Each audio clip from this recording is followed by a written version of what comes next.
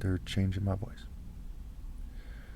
So when it comes to society at large, almost everyone is suffering from a form of natural depression. And there's no medication that's needed for the vast majority of them. They need to change their philosophy, their lifestyle. They need to obey God through me, and things like that. So the symptoms of depression express themselves in various ways. Some people are very depressed and they can't overcome it and they cut themselves. Some people act gay, like at a gay parade, and they just, they start acting giddy and silly and goofy.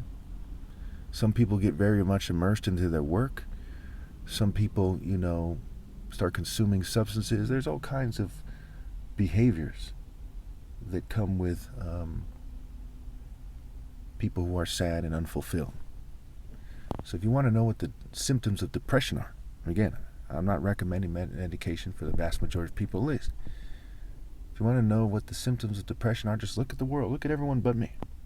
The symptoms of doing God's work, and being sabotaged, which is what's going to happen, you can see in me. The symptoms of depression you can see in everyone else. Some people act giddy like Bezos and Musk at times. What have you. Now the other thing I want to talk about here briefly is anger. Anger is not necessarily a negative emotion. If your brain has not cultivated the ability to function effectively while angry, which lots of people cannot do, mind you, then it's a bad thing to be angry and to not be controlled.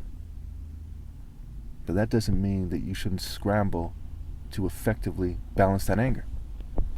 Now, if people are trying to get you to take on their philosophy by making it so you have trouble balancing your anger when you're angry, you should already know to be very skeptical of them. At least you probably shouldn't take on their philosophy, right?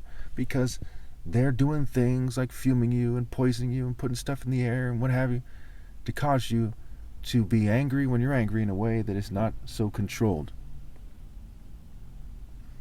So my situation is clear-cut and there's no viable counter-argument. People from the mental health sector, contractors, what have you, they've conceded in various ways that it's not logical to expect me to change my point of view or philosophy because the opposition has no viable counter-argument and they're fuming and poisoning me,